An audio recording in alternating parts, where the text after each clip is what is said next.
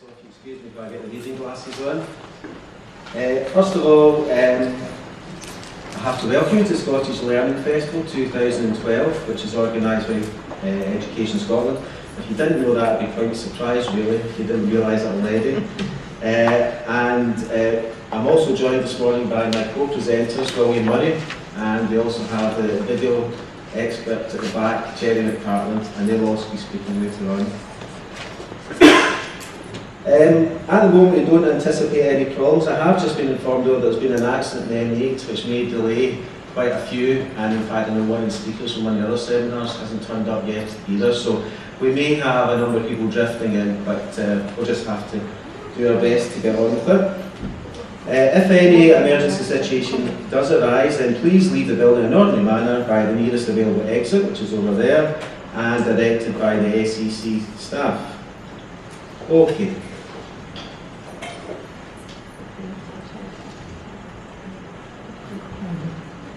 If you would like to ask any questions, I have my iPad running with Twitter, and feel free at any point to direct some questions to my Twitter account. It's on the piece of paper, it's on your desk as well.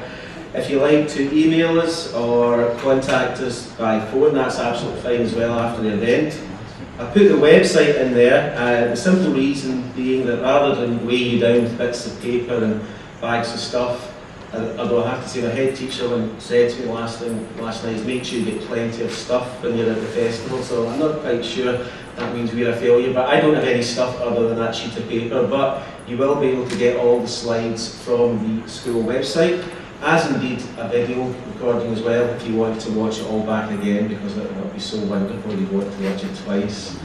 And there are also a whole bunch of other useful materials, evaluation report of what we've been doing, and materials that we have for pupils, staff and parents.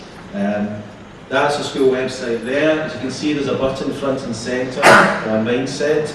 So all you really need to do is find your way to the school website, hence the single sheet of paper. We'll try and take some questions at the end if we have time, but really just how quickly we get through the slides. Okay. Today we're going to cover a few bits and pieces. We're going to have a quick look at the actual theory behind growth mindset, why it's become part of our school improvement plan, an account of our involvement with Stanford University and Carol Dweck, and basically our journey to develop growth mindset both in pupils, staff and parents. This is really for my benefit. Can you maybe just show by an indication of how many of you are quite familiar with the concept of growth mindset? Most of you, fantastic. So I'm going to move quite quickly then through the first sets of slides rather than spend a great deal of time for it. You're probably aware then that the seminal work, or the public seminal work on mindset was Carol Dweck's work on mindset 2006.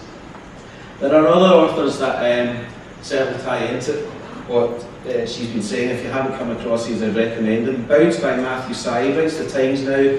Sports journalist essentially, but he has some fantastic videos on YouTube, and he really talks about, several table tennis champions coming from one street down south, including himself, and essentially it's not about talent, it was about the fact that there was a 24/7 table. So they're very interesting. Outliers you probably have heard of, Malcolm Gladwell, and they certainly tie into what we're going to be talking about. So as you probably know, there are two mindsets, the idea that fixed intelligence and growth mindset, that you're stuck with your lot in terms of your intelligence, or in fact that you can grow your intelligence and develop it. And essentially it comes down to the belief that people are made and not born. And I think as teachers and educationalists, unless we accept that, we're really in a hiding to nothing.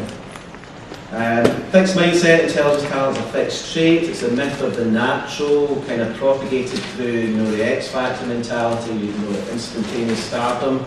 And the culture at the moment seems to be moving towards promoting that idea, and I think we really need to fight against that. Talent really is the starting point. It's not saying there is no talent, but it is the starting point, and it's really down to effort, hard work, and your mental attitude. Relates to your belief about ability. The fixed mindset, the ability cannot change. Growth mindset, the ability can grow.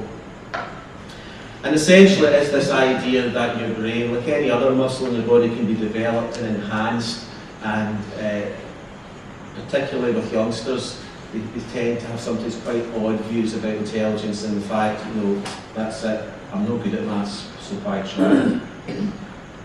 How the mindset works? Well, for the fixed mindset, really it's all about looking smart or talented at all costs. So, you know, if you've done well in a test, why would you try? You're only potentially can fail and then look bad. And it's really about the grade and the mark. They're not interested in the process of learning. Because the growth mindset, it's really about learning and learning and learning, and they're interested in the process rather than the product. One of the videos which I really liked, I showed it to my 5th years at an assembly, and it's worth looking up. I can't remember the name, but it'll certainly be on our materials on our website. But a physicist in the States, and he's a skateboarder, and he simply videotapes himself skating in front of a school, and he falls off and he falls off, and he hurts himself and he falls off and he hurts himself, trying to do out this trick. At his 50th attempt, he gets the trick right, but then he doesn't get it right. The next time when he falls off and he hurts himself, he showed it to the kids. Of course, the kids love this, and they also get the point that, you know, learning can be hard, and lots of setbacks, that failure is an important part of the process. Looking smart versus learning. Fixed mindset, the main thing I want to do at school work is show how good I'm at it. The growth mindset, it's much more important for me to learn things in my class than it is to get the best grades. Now, you indicated that you understood this, so I think we can really move on. As educators, it's important that we understand that every utterance can either be reinforcing the fixed mindset or the growth mindset. The idea that, you know, I certainly have done it with lunch, you're really good at that. You're a natural. In fact, I left the house today, I said, good luck with your presentation, you're a natural speaker. And I said, that's not the message I'd like on a presentation about growth mindset. You might have seen this graphic, it's certainly on the Centre for Confidence and Wellbeing, and you can find it in lots of places. We have in every single classroom in the school and every single office. And it's a little reference point for pupils when they maybe get a bit confused about what mindset is, and indeed staff as well. So Carol Dweck suggests that lasting change is we need to present young people with information about the brain and the huge potential about the brain and how it learns. We need to learn to praise for strategies, effort and processes rather than for intelligence or ability. And positive stories about people with role models of those individuals who have succeeded because of a growth mindset. Now, I should also mention that William is a technical teacher and Gerry at the back is a PE teacher, and again I'm constantly looking for these wee role model reinforcements, and just two that sprung to mind recently. Chris Hoy. 2005 his speciality was eliminated from the Olympics, had to reinvent himself, so I've talked to the kids about this. And he's also said, why did he suppress the talented kids? Well, maybe because they were so gifted and won so easily, they didn't really have the desire to work hard when they had to, and they also didn't feel like the feeling of losing. So, you know, if you find these wee examples in the press, we have a weekly assemble, constantly putting these wee messages up. And the other beautiful one that happened recently, Andy Murray, winning the Open, came across this little quote the week before that he won the Open, when the interviewer was talking about, you know, he'd done really well in the Olympics and really well at Wimbledon, or all he really wanted to talk about was getting back to working hard again and getting back to practicing again. And as I say, a week later, he's the American Open champion. So again, if you find these wee role models to reinforce it, I find it really useful for young people. So in summary then, growth mindset helps people to be motivated and to succeed. Growth mindset can be learned, and that's a really powerful message to send to our youngsters. And we can foster the growth mindset in others by the type of feedback we give and by teaching about the brain's huge potential. Role models, as I just indicated, very important in giving the evidence to the youngsters that it is indeed true. On a personal note, it certainly allows me to embrace learning and to welcome challenges, mistakes and feedback. Being a deputy head teacher, I often make mistakes, and it's good to actually embrace those mistakes and say, well, it's part of the learning process, it's part of growth mindset, and get out of that kind of trying to justify everything you do. And understand the role of effort in creating talent. Okay, I moved quite deliberately quite fast with that because you all indicated you're familiar with the theory. If that was a bit rushed for you, I apologise, but I say you can get all the stuff on the website if you want to check up on it. So, why did it become part of our school improvement plan? This is outside of our new school building, brand new building, 3 years old. Vailden Academy is in an area of very high deprivation, second only to Glasgow. There is a high amount of drugs and alcohol abuse in the community, a significant amount of deprivation. 1 in 4 of our youngsters is on free school meals, and so by all measures we have a very difficult and challenging cohort of youngsters. And certainly something that I have come across is that is associated with areas of deprivation, in my opinion, associated is a fixed mindset culture, and it's clear to me that it's part of things we need to tackle. As Alan McPartlane says, teachers in school are spending an ever-increasing amount of effort trying to directly motivate students from the outside. Far more effective approaches to motivate students from the inside by using students' positive traits to draw them into learning. And I agree with that. My original or my subject background is IT, computing, and certainly my first school, Coatbridge High School, encountered the same sort of mentality where it's kids that simply didn't want to learn. They just said they weren't interested in learning. You would explain, you do your most fantastic lesson, and they weren't interested. And I found that hugely frustrating. I could never quite understand why some kids would say that's a great lesson, others are like, so what? And to me this provides potentially a wee key into changing that sort of approach.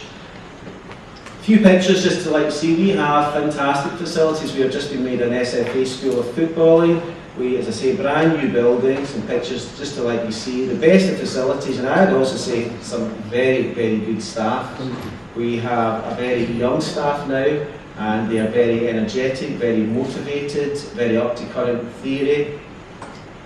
And we also have a great bunch of pupils. It's all there for us, absolutely all there for us. However, I'll be honest with you, if you look historically back over our team over the last 4 or 5 years, it's bumped along, around about Western Bartonshire averages and well below Scotland's averages, which you'd kind of expect with a deprived area, I suppose. Last year, when we decided to go forward with the growth mindset as a project within the school, we thought it was very important to try and some measurement of impact. So in some ways I'm going to do it back to front. I'm going to show you what we think we've achieved in terms of evidence, and then how we've achieved it. So we used this questionnaire as one of the indicators. You may have come across this, it's in Carol Dweck's book. And first 3 questions are the important one. You essentially, if the kids do a score, you add the score up, divide by 3, and then below 3 is a fixed mindset, above 4 is a growth mindset, 3.3, 3.7 is borderline. So that's the questionnaire. We gave the questionnaire to every single pupil in the school, and then we put it all into a spreadsheet, which managed to indicate fixed or borderline, and then put it all out into some nice graphs, which I'm going to show you now. So this was our S1 pupils in 2011. You can see there 41% growth mindset, 21% borderline, 38% fixed mindset. When we did the same exercise in June, we'd moved to 58% growth mindset, 12% borderline, 30% fixed mindset. So not bad, quite substantial improvement. S2, 2011, 40% growth, 47% growth mindset, borderline 15, fixed 38. Not even a year later, 63% growth mindset, 14% borderline, 23% fixed. S3 is an interesting one, and I'll come back to that in a second. 57% growth, borderline 18, fixed mindset 25. And not really a great change at all. A few months later, 62%, borderline 13, fixed 25. S4, a year ago, 51% growth mindset, 32% fixed.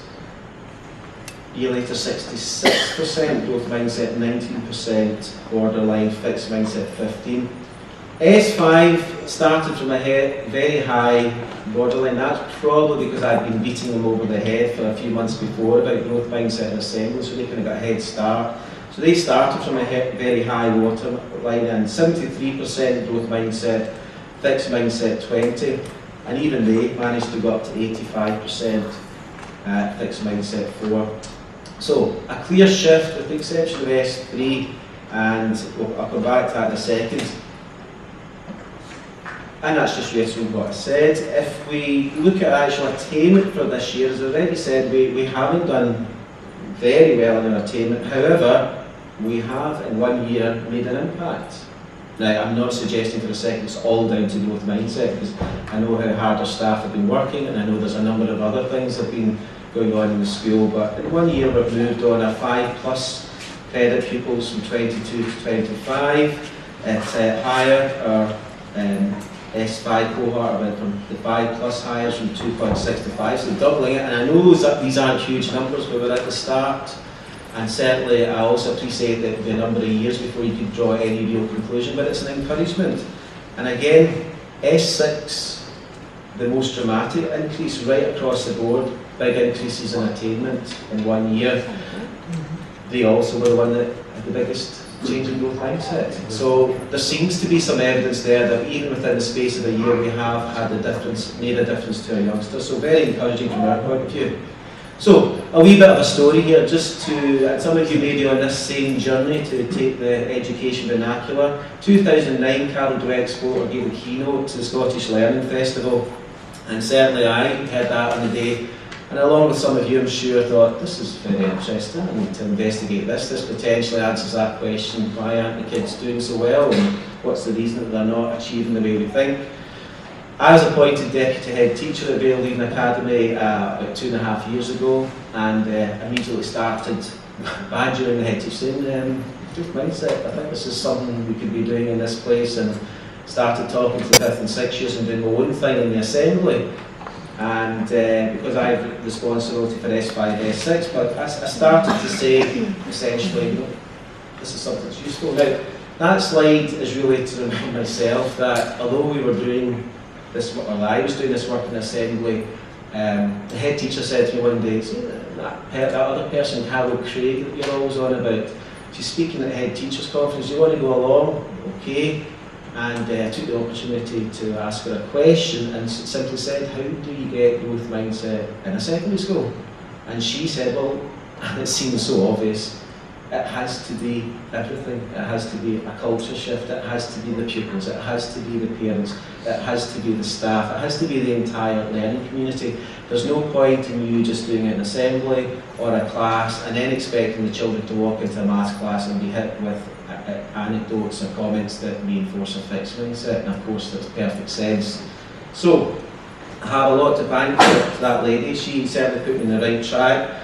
So, and this, just to do a wee advert for it, some fantastic materials to do with growth mindset on her website, Centre for Confidence and Wellbeing. Carol Craig has written extensively on growth mindset in her several books. And following on that from that question, she said, well, do you fancy getting involved with Stanford University, to Carol Dweck? And looking at the delegate list today, I know some of you are in schools that also were involved in that project. I think there were 6 secondaries in Scotland. And the idea was to use software called Brainology to encourage our junior school to adopt a growth mindset through the use of software. 8 sessions built around study skills and the concept of developing the brain. And I've shoved in a few screenshots just to let you get an idea of how it works. And they take them to the brain lab and they do various exercises. All on the computer, they have headphones, they can hear little characters talking to them. I know that's not terribly easy to see. This was the published results of the survey. Not huge differences, huge changes, I have to say, but certainly changes from our point of view that were enough to be, again, suggesting that this is something that we should be doing. Those are the 6 schools. We're down the bottom middle, and you can see there the control group went down and our brainology group went up quite. Of all schools, probably one of the most dramatic changes. And also they looked at self-efficacy, and although there wasn't great changes, there were changes. So that seemed to encourage the rest of our senior management and the boss to say, right, let's maybe make this part of our school improvement plan. Let's take it to a stage forward. So the first thing we did was we showed the whole staff the keynote, which the video, which if you've ever looked at the Carol Dweck's keynote from 2009, the sign's terrible, and I've managed to fix the sign, so if any of you want a copy of a good sign, let me know. So we showed that whole video and made them sit through it and watch it, and then asked for volunteers, and we were snowed under. I think we had 20, were you the first one, William? 20 members that originally turned up, and that was great. So we started doing various things. We started developing mindset teacher resources. We put, as I said, the posters into every classroom, and we wanted to do a mindset day, take everyone off timetable and do activities involving the mindset. Make presentations to all the other e-groups and assemblies, presentations to parents, and let's see some of these. So, quite wordy. This is, I think, a steal from Carol Craig's book. It's all information that's given out to staff on mindsets. Poster we've already seen. Mindset Day, we ended up buying in Mindset from exams from the Live and Learn company, and I thought that was reasonably good. We were going to do it ourselves, but the boss managed to find £1,000 from somewhere under a mattress and said, can you think of something to do? And just at that point, this company came in and said, we've got a course called Mindset for exams. And I thought, that's quite useful. And it is built around growth mindset, and what you can see there, study skills, independent learning. And there's some of our youngsters on the day engaging with the Live and Learn. And that was our 4th, 5th and 6th years. Now, back to our evidence, if you remember, 3rd years didn't have a great deal of change. We worked with Stanford University in our 1st years, who then became our 2nd years. We got a freebie that we were allowed to continue to use the software for free, so we used it with our 1st years. S456 got the Live and Learn days. S3 actually kind of got missed a wee bit, and then the evidence is staring us in the face that they didn't have so much direct intervention. They may have come across the posters in the classroom, they may have hopefully heard the language that teachers were using, but they didn't get as much as the rest, and the evidence that they didn't move as much as the rest. We did presentations to assemblies. There's just, like you see, some of the slides that were put together for the assembly presentations. Presentations to parents, we started an Achieving Together night, which included mindset, and we gave out some leaflets with basic advice about how you should be even talking to your children and mindset, because again it's back to this idea of the whole culture, not just a one-off event. So our group. One of the things we did, and this is very common, Fulham talks about the implementation, that after a while everything was great and the staff are fully enthusiastic, but as often happens with these sort of interventions, there was a point where we'd kind of done a lot and then it's kind of like, well, what next? Because there is no blueprint, there is no kind of off-the-shelf how you do growth mindset at secondary.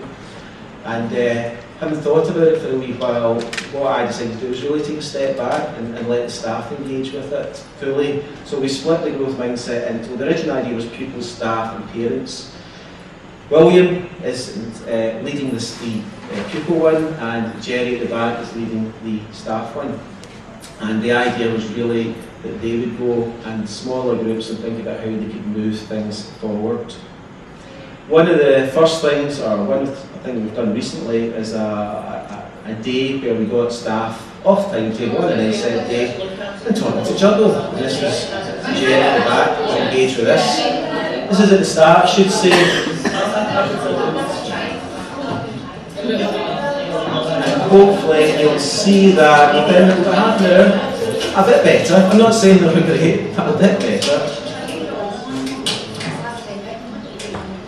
The idea, of course, was it's so tempting to say, you're really good at that, you're a natural juggler, as which many staff did.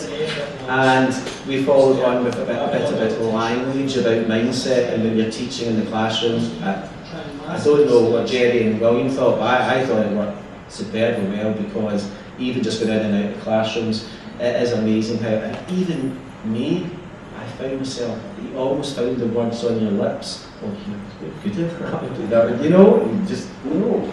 And then the people that were good, you know, if you question just a wee bit, they would say, oh yeah, I did some juggling last summer, or I've got a pal who works in a circus or whatever, and they had some exposure to it, or they've had some training, or they've done it before. But of course, no matter what, all of them took their skills forward by a degree of practice and tuition. We had a wonderful video that we got off the internet. What was the guy's name? What is it? Coach Bob. Coach Bob. Coach Bob, who was a trainer for the day on the internet. Now, at this point, I'm going to hand you over to my glamorous assistants, because they're going to talk about what they've been doing.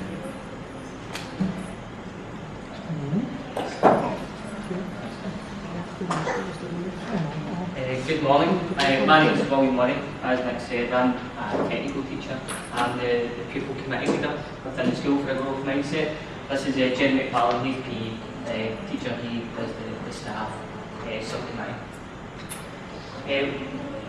Gerry and myself, before we started the committees, we thought we'd get together and we'd look at the kind of issues throughout the school and talk about a growth mindset. We kind of stumbled across this quote from Carol Dweck, and we thought that kind of embeds, that kind of vision that as our school. And I'll just give you a quick second to have a look at it.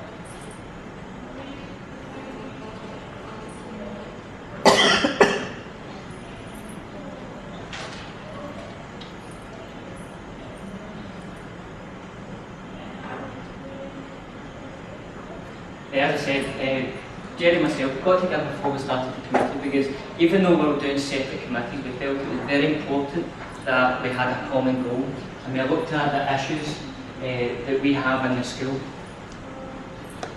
In terms of the teachers, what we were trying to achieve was getting teachers, as Nick said, to think about what they were saying on a regular basis to the pupils and the message we were trying to get across. We want to motivate the pupils from the outside. We want to stop challenging pupils just in terms of reaching targets. We're trying to get them to learn.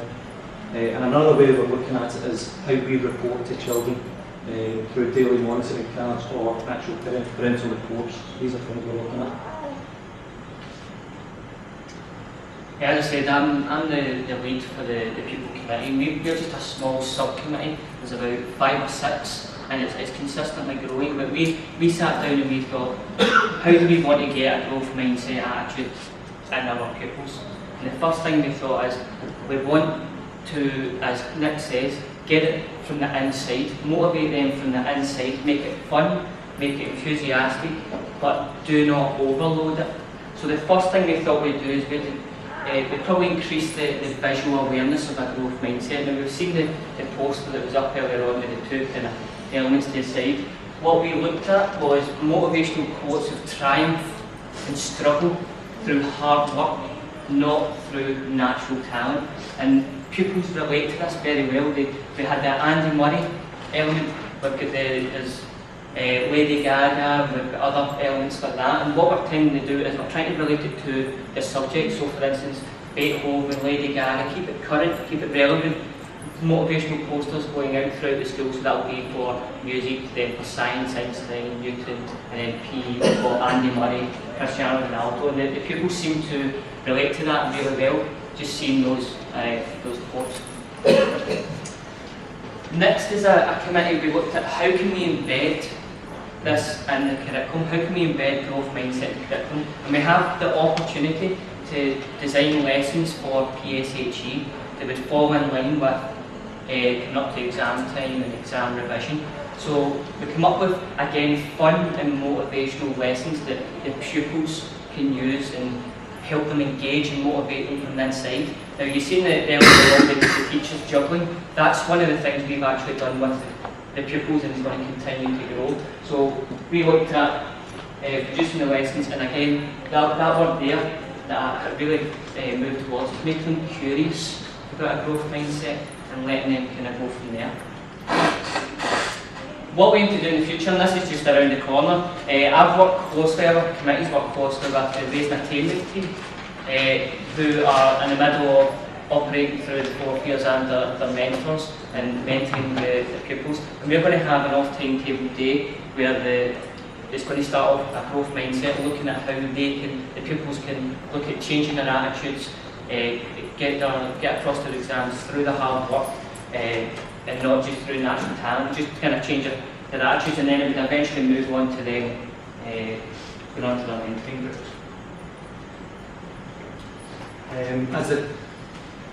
We had a chat in the teacher committee, and we felt as if we wanted to empower the whole staff with the ideas and the philosophies of growth mindset, make them aware of the language that they're using, and essentially try and get more staff involved with the committees. Now, the first thing we sort of thought about was having a whole school in service day, and that's what Nick says, that's what we did. So we had to work closely with the pupil group, we got more staff involved. So what we did, we had a whole school assembly, we explained to them that we were going to be juggling, and the reaction was quite interesting because people were all kind of like, you could see them looking at each other, juggling, I can't juggle. So we broke into smaller groups, as you've seen from the video, we taught them juggling and the language, and at the end of it, we kind of fed back, we spoke to them about it. And to be honest, the feedback was excellent. You know, they were saying, I can really see how we can take this forward. And some staff are saying, kind of like, well, I know what I'm saying on a daily basis, but sometimes I kind of think about what I'm saying, and then I stop myself now, having gone through the kind of training. We're also going to, this is what we said we were going to do in term 1, so this is currently what we're doing. We're also giving staff small kind of snippets of information, emails, information cards, but doing it really small, really, you know, a kind of drip feed kind of basis, so that we're not overloading them. What we're going to do next term, we tend to do most of our report writing in term 2. So our committee are looking at how we can feed back to parents the kind of language we're using. In term 3, the summer term, we're looking to get feedback from staff, anything that they've done and what they can feed back to give us. What we want to do in the future is simplify resources so that we can possibly have like a student folder. We're looking to get like a probation folder and staff, promoted staff, so that staff can work through it, because we'll get a lot of information there that we've built up. It's just maybe having a way that staff can go into the kind of server and use this. We want to have all the staff using the growth mindset philosophy and delivering the same message across the school. That's a real aim in the future. So we had a parent raising a table, didn't we? Yeah. As Nick says, we want to try and get all the avenues. So you've got the staff and you've got the pupils committees. We're trying to get a parents committee set up. So we felt it was important to go along to the Raising Attainment evening that was predominantly for 4th, 5th and 6th years and their parents, and kind of explain what a growth mindset is about to them. And this is just one of the slides that we use. And Gerry said it right there, we want to start with small, simple steps, not to overload them. And by the end of this slide, we had the parents nodding their head, we had them want to come over and get the booklets off us, because they kind of understood that maybe they actually did do some of this, or the opposite of this. Now the key word I look at there, and it does change me as a teacher, is the word struggle. In my higher classes, a lot of the time now, because I'm starting to change to become a growth mindset and an attitude and a different type of teacher, whenever the word struggle comes up in my class, so for instance a pupil puts his hand up and says, "Sir, I'm really struggling with that," they're kind of taken aback when I kind of say, "Good, you know, spend 5 more minutes with it, talk to the person next to you, see if you can kind of work together, overcome that problem. If you can, put your hand up and then I'll come over and we'll discuss it together." And I think not just the pupils that are getting a different kind of changing attitude, but definitely me as a professional, others are changing. These are the kind of successes that we've noticed. Raising attainment is obviously, as Nick says, it's not all down to the growth mindset, but it certainly has had an impact. Changing an attitude from pupils, staff and parents. growth mindset is infectious, it really is. The amount of staff that have come up to me, William, afterwards and says, look, a quote was, I kind of know where it's coming from, I know what you mean by the kids, you know, in terms of what they're trying to achieve. They don't want to put themselves forward for test. I didn't really know that there was something about it, and the growth mindset seems to really fit. Loads of people have come to us that want to join the committees. It just seems to gather momentum. In terms of what William was saying there, when you're teaching your lessons now through a growth mindset, you're constantly watching what you're saying, you're telling the kids all the right message, and it really seems to be coming across. And the whole school, you know, they're certainly buying into it. It makes more pupils aware of their choices, attainment, achievements, and how they can get there. And it fits perfectly with formative assessment and the solution-orientated schools. That's the way we're kind of going down. So it fits in a lot of what we're doing.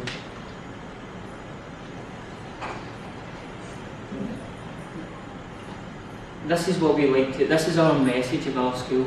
We convey that effort is everything. You don't get what you wish for, you get what you work for. And the last element there was the slide again that we showed to the parents. Parents and teachers, by changing their attitude and working in tandem, can change the attitude of the child and make them a better learner overall and challenge themselves. And this is the message that we're trying to embed throughout our school, not just in the school, but as I said, with teachers, staff, parents. Hopefully this was helpful. I'm going to do the next slide. I think we've got a slide for questions. Right, this is your opportunity, folks, to answer any questions. Even while I was speaking, a few things were springing to mind. First of all, we didn't mention it, we're doing a whole unit PSHE, which is ready to go this session as well, and they'll be available online. You can steal them and borrow, because we're stolen volunteers from other places as well. But the idea is we're starting with 5th and 4th.